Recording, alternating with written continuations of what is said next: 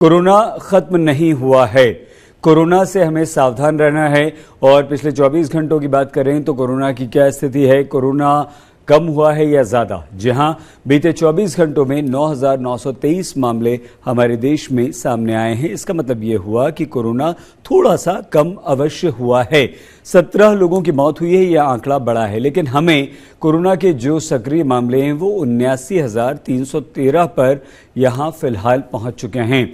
तो देश में रिकवरी रेट लगातार अच्छा बना हुआ है, 98.61%।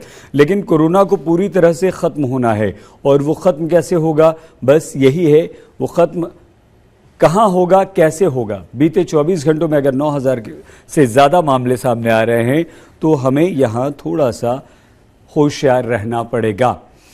अब हम आपको स्थिति बता दें कि किस तरह से कोरोना 14 जून से लेकर अभी तक उसकी रफ्तार क्या है पिछले एक हफ्ते में।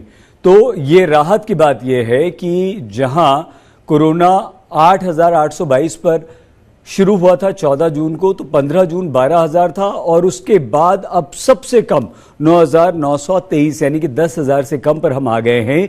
और ये राहत वाली बात है कि पिछले 6 दिनों में ये मामले 10,000 से कम हुए हैं, और ये बहुत बहुत अच्छी खबर है हमारे देश के लिए। लेकिन 9,923 मामले भी ये थोड़ा सा गंभीर हैं, और इस गंभीरता को इसलिए हमें समझना चाहिए कि एक भी जब तक एंडेमिक ना घोषित हो जाए तब तक हमें इससे सावधान रहना है। राज्य महाराष्ट्र और दिल्ली सबसे ज्यादा प्रभावित थे, लेकिन अब इस मामले में आगे बढ़ गया है केरल, और केरल में जो आंकड़ा है वो 2,786 तक पहुंच चुका है। महाराष्ट्र 2,354, दिल्ली 1,060, तमिलनाडु 686 और हरियाणा 684। मतलब यह हुआ कि दिल्ली में अभी भी 1,000 से ज्यादा मामले हैं, लेकिन 2,000 को पार करने वाले दो राज्य हैं, महाराष्ट्र और केरल।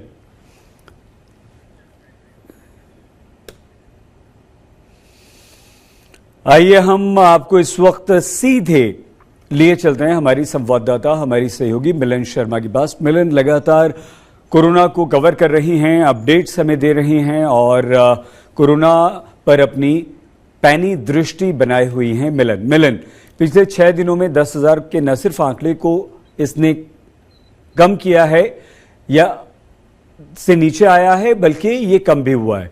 ये एक राहत की बात मान सकते हैं मिलन हम, और क्या इसका मतलब ये समझें कि कोरोना वाकई कम हो रहा है देश में? देखिए सईद, उम्मीद है कि ऐसा हो, लेकिन ऐसा लग नहीं रहा, क्योंकि हम पहले भी देख चुके हैं जिस तरीके से कोरोना के आंकड़े बढ़ते चढ़ते रहते हैं। इस वक्त 5 दिनों के बाद भारत में 10,000 से कम संख्या कोविड केसेस की रिकॉर्ड हुई है, और ये अपने आप में ये दर्शाती है कि हो सकता है वीकेंड में दोबारा कम टेस्टिंग हुई हो, और इसीलिए शायद जो पहले 2 दिन होते हैं वर्किंग हफ्ते के, वहां पर केसेस हमें कम दिखाई देते हैं। लेकिन अमूमन ऐसा होता है कि हफ्ते के बीच में दोबारा से कोविड के केसेस बढ़ रहे हैं, क्योंकि ज्यादातर मैं आपको बताऊं दिल्ली या महाराष्ट्र या मुंबई में ही नहीं, जबकि ओडिशा और अब तो लद्दाख में भी केसेस दिखाई देने लग गए हैं, जहां पर जो जनसंख्या की जो डेंसिटी है वो कम है, कम लोग रहते हैं, लेकिन फिर भी वहां पर कोविड के केसेस दिख रहे हैं। इसका मतलब ये है कि धीरे धीरे कोरोना अब दोबारा से पूरे भारत में जगह जगह पर पैर पसारने लग गई है। पॉजिटिविटी रेट की बात करें तो पहले की तुलना में अब पॉजिटिविटी रेट ज्यादा भी देखा जा रहा है। कई राज्यों में जहां पर पॉजिटिविटी रेट ज्यादा है, वहां पर स्वास्थ्य मंत्रालय ने चिट्ठी लिखकर सावधान रहने के लिए कहा है।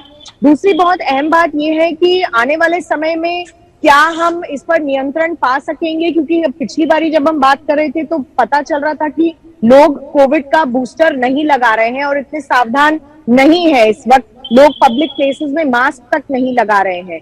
तो क्या ये केसेस की बढ़ोतरी और गिरावट जो हम देख रहे हैं वो कहीं ना कहीं एक संकेत है कि शायद एक और लहर भारत में आ सकती है इस मौसम के दौरान या इस मौसम के बाद? ये अपने आप में एक बड़ा सवाल है। सही, बिल्कुल ठीक है। तो इसका मतलब ये हुआ साफ तौर पर मिलन कि अभी हमें कोरोना से उतना ही सावधान रहना है जो फर्स्ट, सेकेंड, थर्ड वेव में हम रह रहे थे। जी बिल्कुल, देखिए कैसे? जी बिल्कुल सही, क्योंकि पहली, दूसरी लहर और तीसरी लहर में भी हमने देखा कि कोरोना का एक पैटर्न होता है एक वेव की तरह वो बढ़ता है और उसके बाद केसेस घटने में कुछ दिन लग जाते हैं। लेकिन तब से लेके अब तक हमने ये देखा है कि पहली 2 लहरों के दौरान हमारे पास वैक्सीन नहीं थी, अब हमारे पास वैक्सीन है।